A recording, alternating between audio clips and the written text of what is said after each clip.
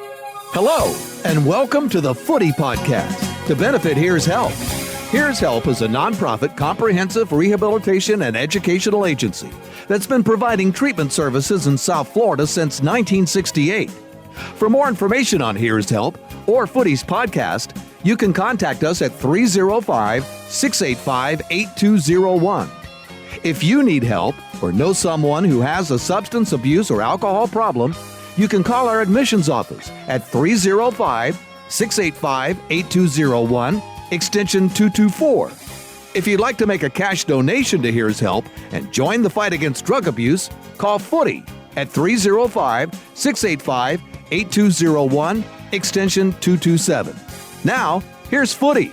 Welcome to the podcast for Here's Help. I'm Footy. I'm your host. Ron Hersey, of course, is my longtime compatriot, and Here's Help is a multi-service agency now. You know, we have facilities in South Dade where we do, people who are,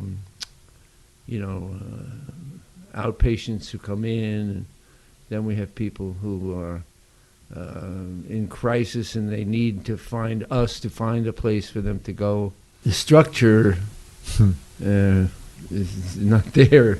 Yeah, well, we talked about that before, and it's interesting that you bring it up because I know structure is a great deal of the recovery process that goes on here. The day is very structured, and I'm with you. I think the country in general has fallen into sort of a malaise, as it were. Yeah, I was watching the news over the weekend, and they're in Dakota and California, and the people are, some are wearing masks, some aren't wearing masks. And right. There's all kinds of different, people are reacting different ways to different things. Working from home, I think, is but a lot of them are going to the beach.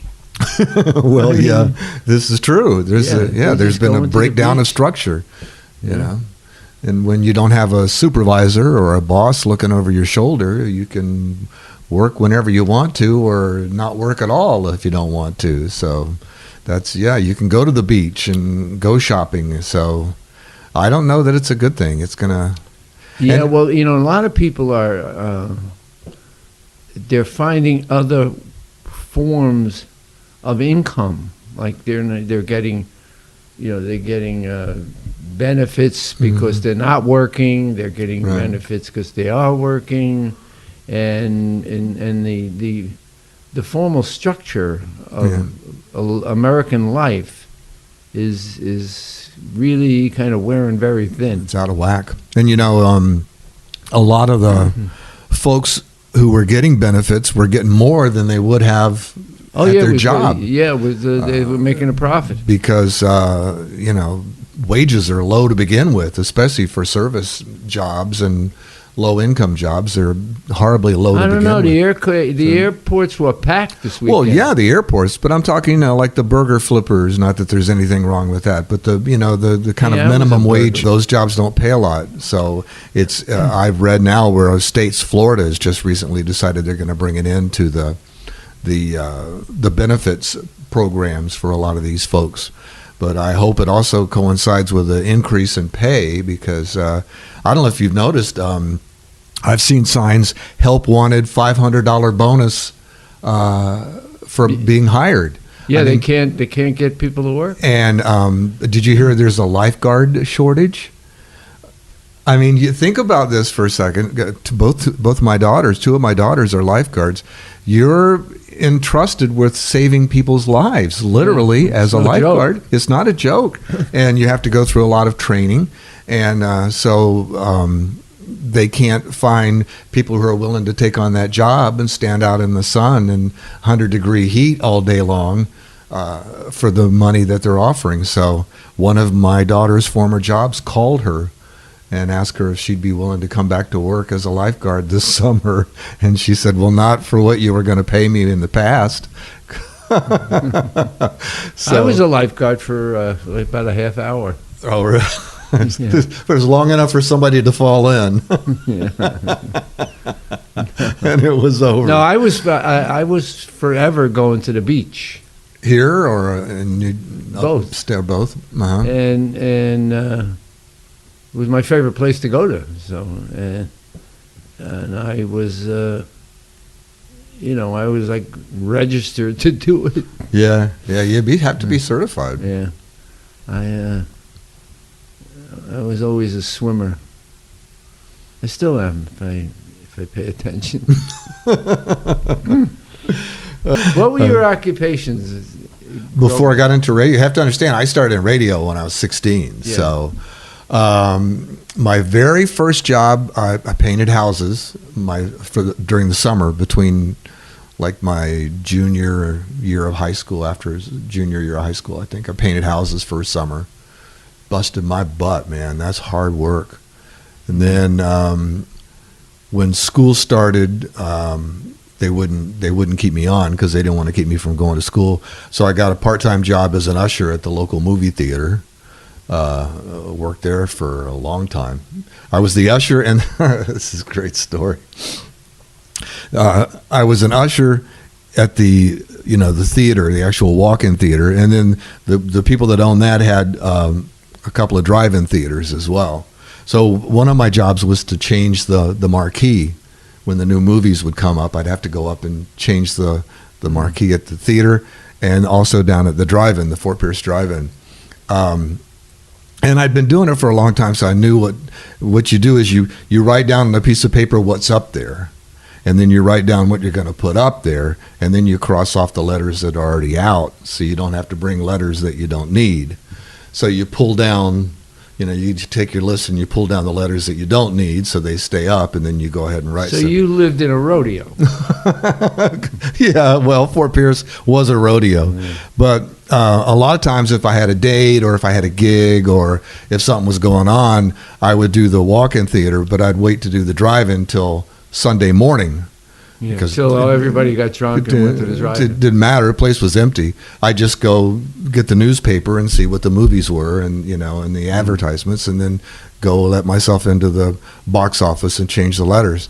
But if I changed the drive-in letters on a Sunday, I'd leave things up like SH space IT, FU space CK space YOU, and then I go get a cup of coffee. So you were an antisocial. Yeah, I don't know. I was 16. It just seemed funny to me to leave obscenities on the movie marquee for an hour on a Sunday morning. And I would sit and drink my coffee in the car and admire my handiwork, and then I'd go ahead. Yeah. So what else? I worked in a factory for a while. I decided the movie thing wasn't going to work out, and I decided the next obvious choice was rock star, right? So I went to St. Petersburg, moved in with a guy I knew that was a drummer, and we had a house in a commercial district where we could practice. St. Petersburg. Yeah, you would think, right? Of all the places to go to be a rock star, St. Petersburg was not exactly the mecca of rock and roll. Yeah. But he was living over there, and this is another great. I can't believe I'm admitting these stories. I hope the law of, what is it? Not the law of averages. I'm not going to help you. Well, it's a great story. The idea was I was supposed to move to St. Petersburg. I'd live with the drummer and his wife, and we're in a commercial zone, so we could practice any time of the day or night. And I'd go to work for his dad's air conditioning company. We'd put in air conditioners during the day. It sounded like a great idea, Did you pick cotton?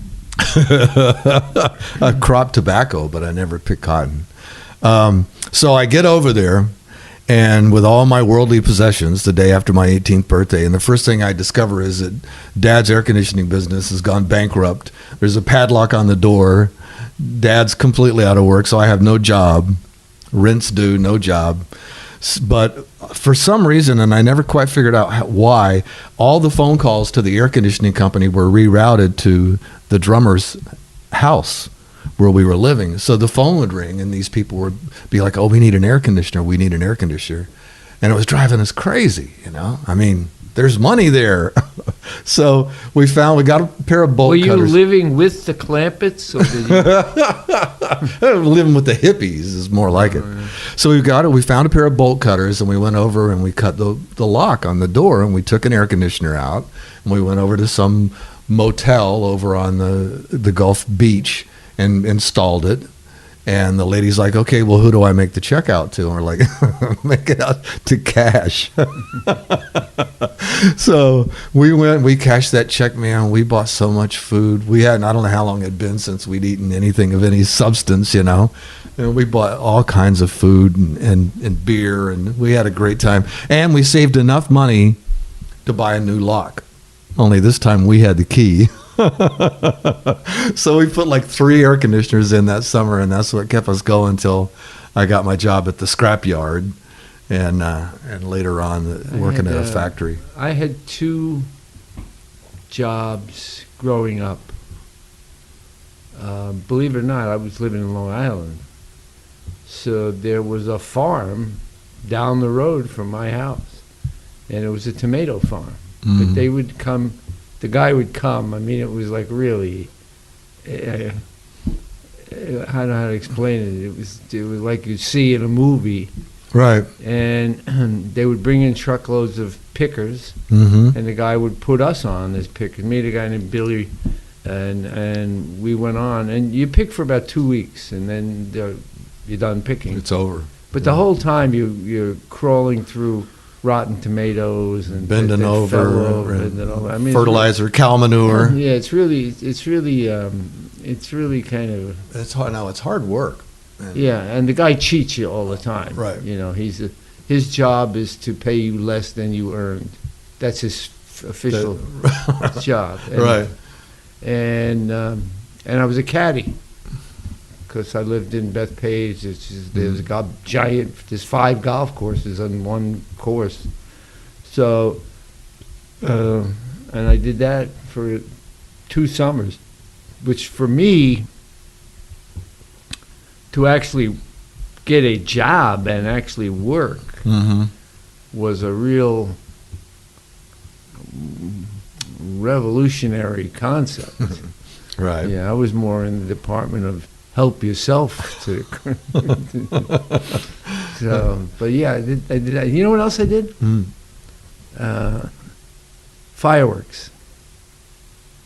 We found a guy in Manhattan, in lower Manhattan, real lower Manhattan, and his name was Frankie Splits. It was like, but he was like the neighborhood. He could get you anything, Mm-hmm. and we bought like $20 worth of fireworks. Well, we sold them by noon. We went back and got 40 and so forth. And we were going back and forth on the train. How we didn't get arrested. We had bags full of dynamite, and we were taking them up to the Bronx and selling them. Wow. And no, it was a good business. And we would just go up and back, up and back. Mhm. We would charge everybody double. We'd go up and back and up and back. It's a miracle that they let us get on the trains with those. We had shopping bags full of Roman candles and everything you could. Not a. And everybody on the train smoking back in those days, probably. Not on the subway so much, but Yeah. you're right. Yeah, Yeah. It was always. But that was.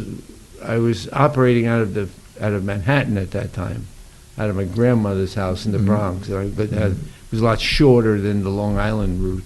Right. And we made enough money. We bought a boat. Wow. Yeah, I mean it wasn't exactly the Queen Mary, but Right. we bought a boat. That's and too we funny. went running around the whole summer with the boat, and the propeller used to come off all the time. So we used to have to dive for the propeller and the cotter pin. It was like, okay, this is. But when you're that young, It doesn't matter. Yeah, It's just another adventure. Yeah, it was all terrific, and enjoyed it. And we made a lot of money. I'll bet. It was me and one other guy, and we. I think it was over the holiday Easter time Mm-hmm. that we were going, and we kept going through the summer. That's too funny. Yeah, I could get you a mat of firecrackers if you wanted. It was amazing the things you could buy from the guy, but he would never. This Frankie guy, he would go away. He would tell you would tell him what you wanted. Mm-hmm. He would go away. You wouldn't see him, and then he would come back with the stuff. And the whole point was he never wanted you to know where he had the stuff. Of course not. Which we didn't. We couldn't Right. figure it out. He was a character, too. He was like right out of a 50s, Leo Gorcey kind of Oh, right. type of guy. And he One had of the Bowery boys. He had a little fedora. He was With the brim turned up. I don't know about that, but he was right there at the end of Manhattan before it went into the complete ghettos. But it was a good business. I'll bet. Yeah, we made money, a lot of money. We even got robbed. Wow, you were so successful, you actually Yeah, got we robbed got of your earnings. Well, we was hiding a lot of things. Mm-hmm. Somebody found out where we had hidden some, and so they robbed it all. Wow. But even that was not a problem at all. Right. When So you just went and got I more. was a fireworks magnet for a while. Well, I was never a magnet because none of the odd jobs I picked up ever really paid. Yeah. You know, I used to bust tables in a country honky tonk in Fort Pierce, and What's a honky tonk? you know, just a redneck bar.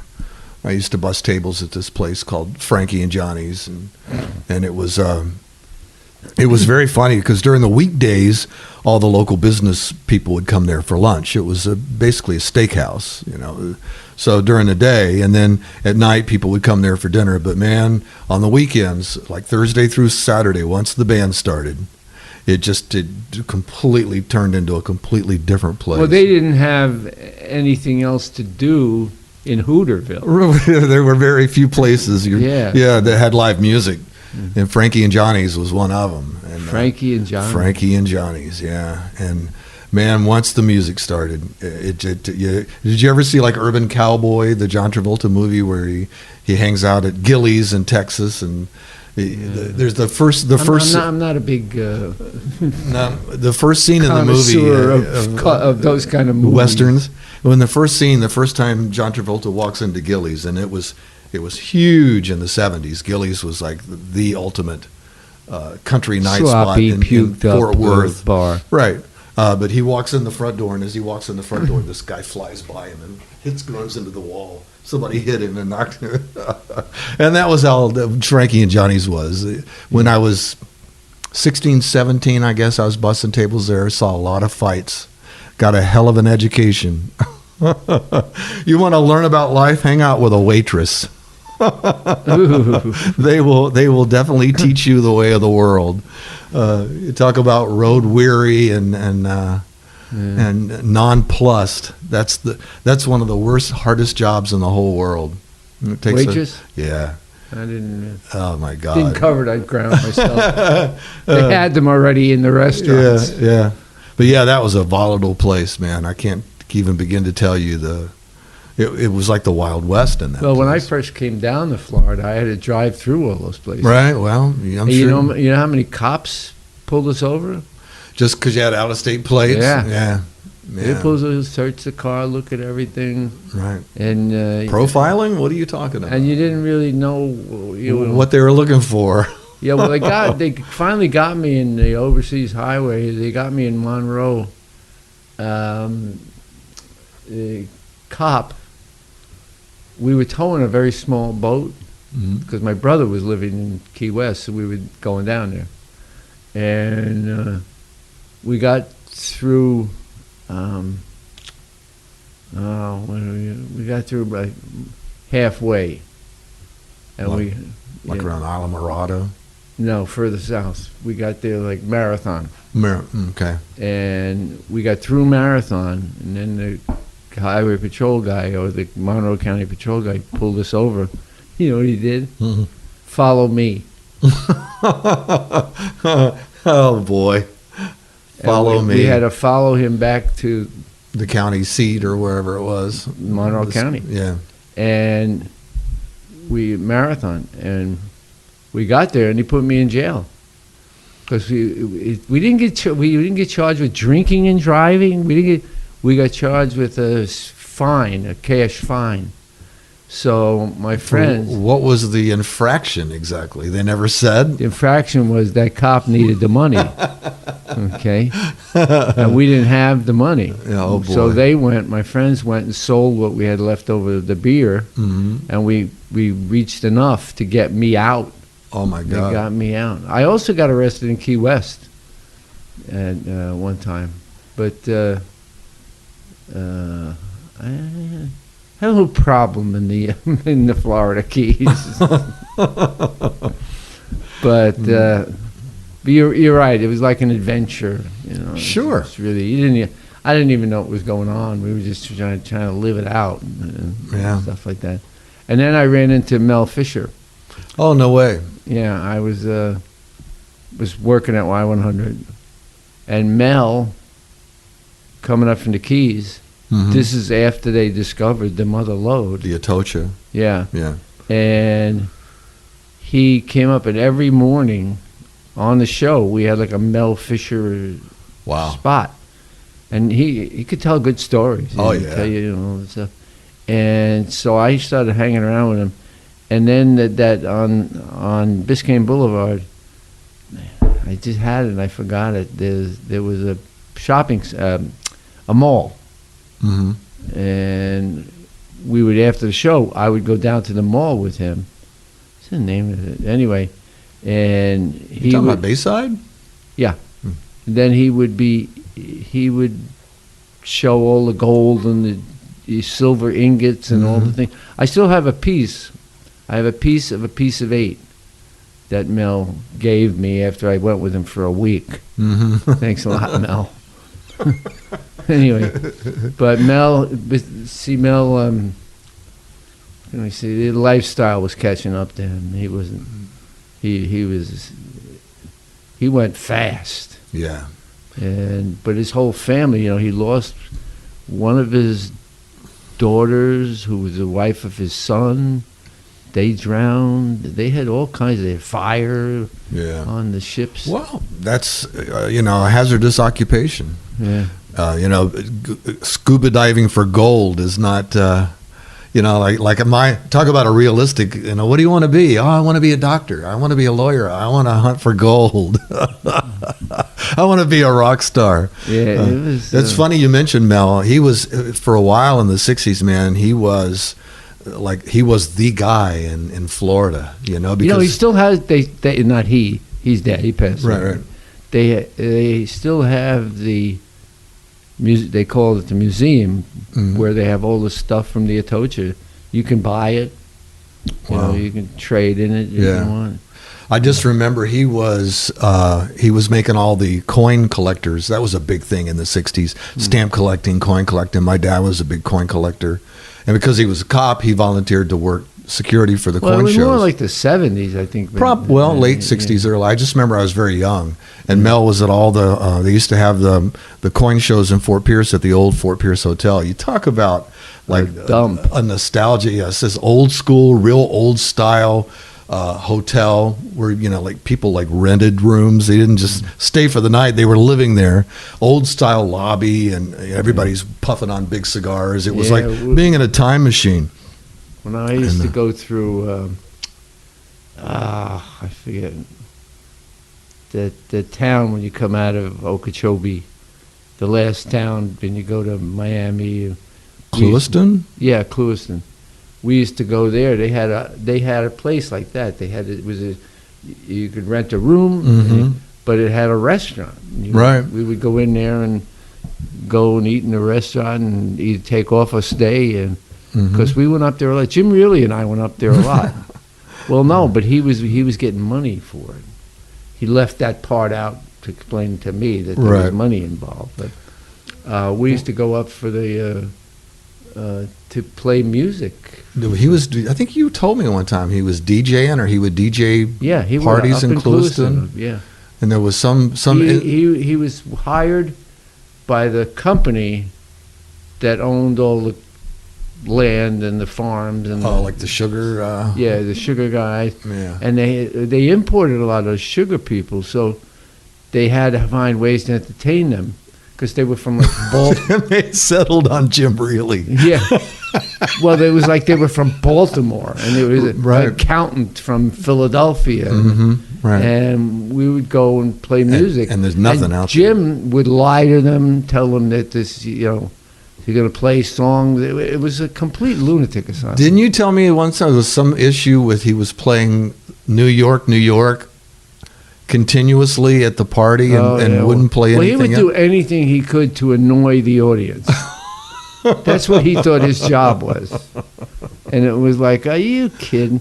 But I think they found one of the accountants was from New York, so he played the record over and over and over and over. And then until they finally like escorted you out of town. Oh yeah, or they something. ran. We got run out of town on the rail, and we had we were driving back. Well, we went many times, but we were driving back, and once we got to Clewiston, Jim always wanted to see if he could. How can I explain this? Light up the propane tanks. Okay, it was really a zoo. I liked Clewiston, to be honest with you, but anyway. So let's get back to like legal.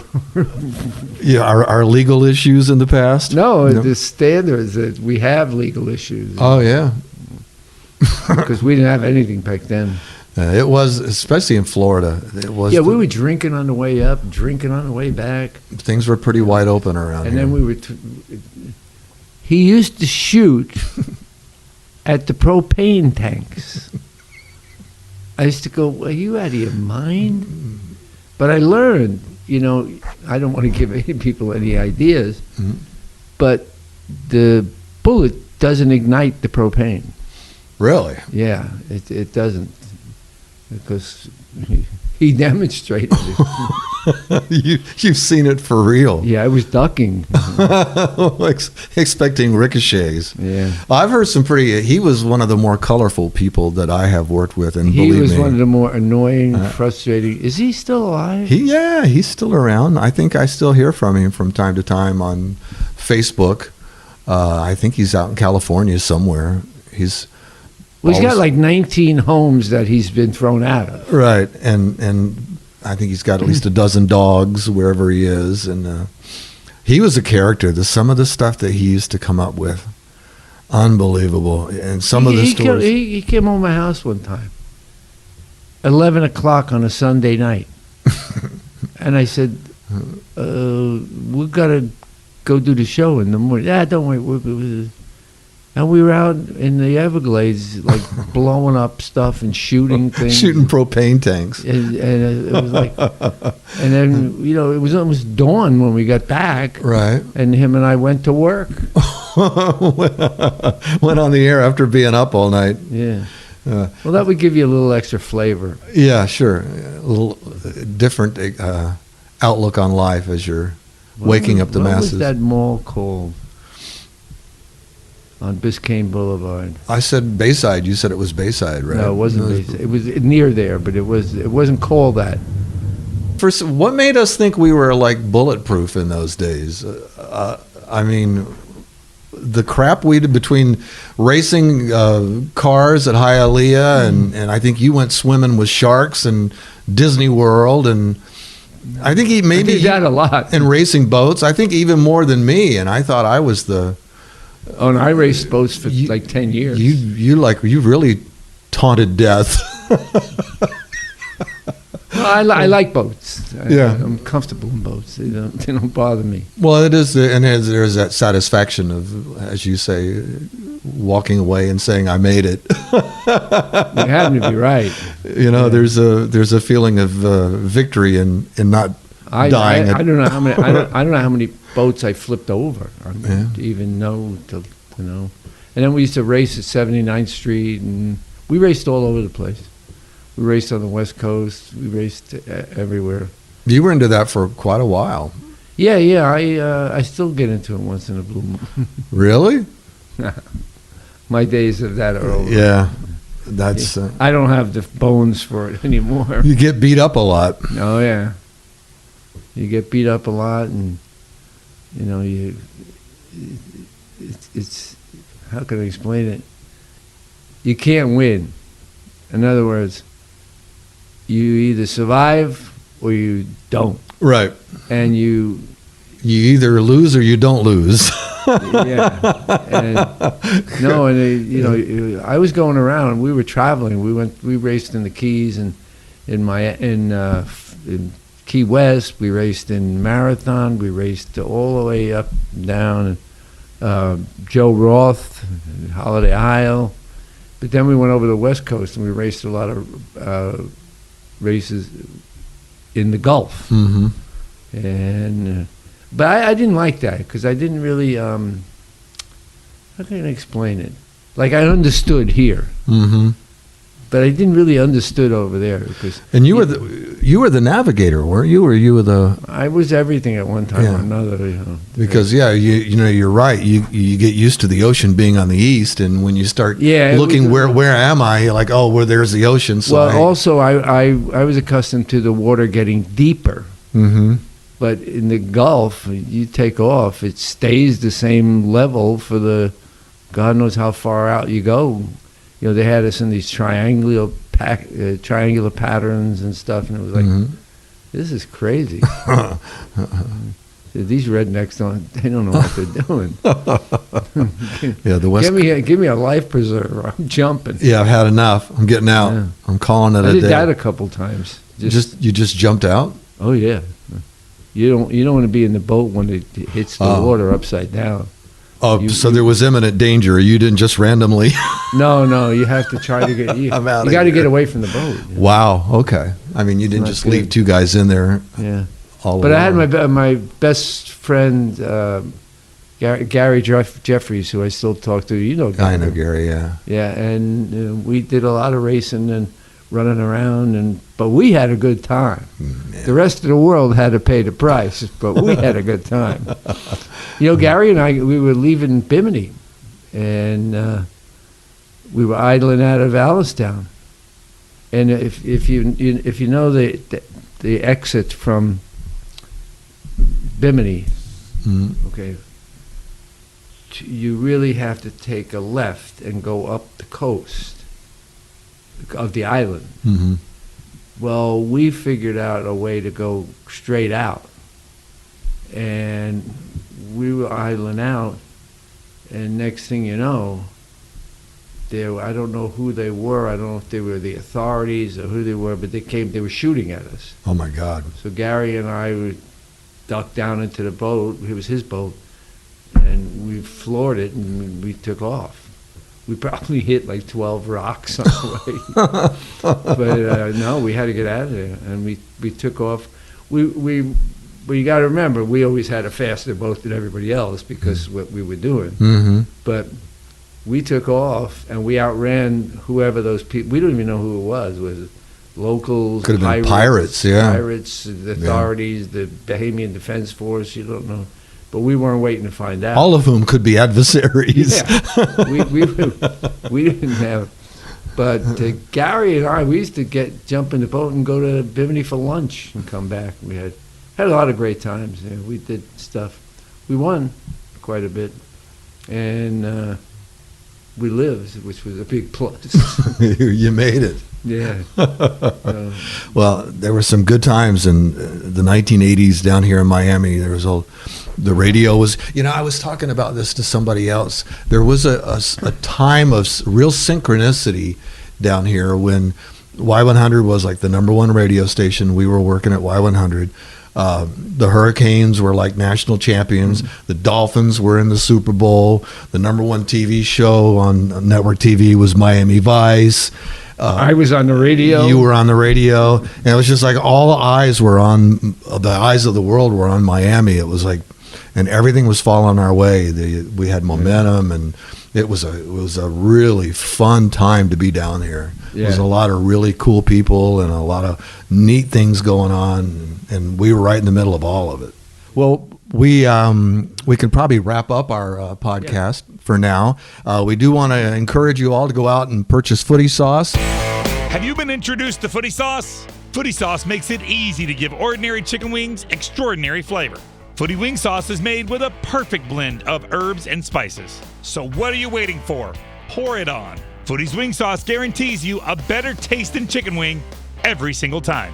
When you fire up the grill, pour it on. Let Footy be your wingman. Kick your next party up a notch with Footy sauce. Grab Footy's wing sauce and pour it on. If you go to Publix and you don't find it on the shelf, make sure you ask for the manager and tell the manager that you enjoy the Footy wing sauce and the Footy hot sauce, and they'll see to it that you get your Footy sauce on the shelves, and all the money, every penny from your purchase of the product goes to Here's Help, and all the great work being done here to help young men find their way in life, find their replacement life, and get their recovery through education and become productive members of society. There's a lot of great things that go on here at the campus. It's growing by leaps and bounds. It's hard to believe how much bigger this entire facility is than when I first met you in like 82. But there's a lot of great things going on here. If you know someone who needs help with substance abuse, could be you. Just reach out to here'shelpinc.com, and you'll find a number there to call, and you can get more information and maybe. But our age range is under 17 or under 18, and then 18 to about 22. And we have exceptions from time to time, but that's who we really service the best. We have our own Dade County school on the grounds here. Yeah. We have everything, but we have a problem. We're building a plumbing school, and we didn't factor in that there's a shortage of lumber. We were just talking about that. It's like, and cement, from what I hear. Yeah, too. you're out of wood. Yeah, really. Where did it go? I don't know, but it's gone. So we don't have a roof. We got the whole thing built, but we don't have the roof yet. Wow. So we'll have to see. But it's the way of the world today. Right? We were just talking about go try to build something at your house. Yeah. No, I'm amazed. We were looking at some home improvements, and we're told straight away you can't get concrete, can't get lumber. Yeah. I guess it comes from the shipping has been... Well, I would think that all those rednecks upstate that have all that stuff, huh? We could talk. I could get you what you need. Maybe we could work out a deal, lumber for fireworks or something. Well, we appreciate you watching the podcast, and we piggybacked onto another Facebook page a couple of weeks ago. There's I grew up in South Florida Facebook page, and they were reminiscing about Hialeah Speedway. So I linked our podcast where we talked about our exploits at the Hialeah Speedway. Went on fire there a couple times. Yeah, and that's become one of the more popular, one of the most watched of our shows. So thanks for watching. Make sure you subscribe. Click on the little bell on the frame there, and we'll notify you when we load a new podcast. Usually about once a week we get a new one. That was a great place. Yeah, Hialeah Speed. I don't know if you knew, but I actually wound up doing their commercials in the 90s. I somehow or another reached out to the guy, or he reached out to me, and I did them for free. I did his commercials for free just because I wanted to say I did commercials for Hialeah Speedway. And Mark Cowherd.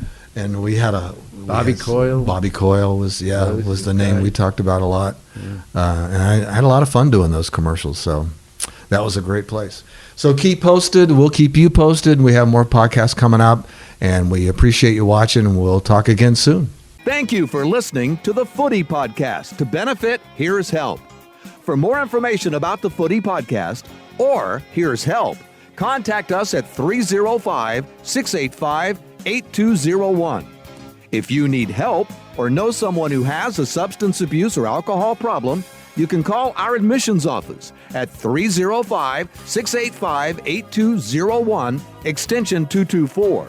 If you'd like to make a cash donation to Here's Help and join the fight against drug abuse, call Footy at 305-685-8201, extension 227. The executive producer of the Footy Podcast is Sam Zacco, COO of Here's Help.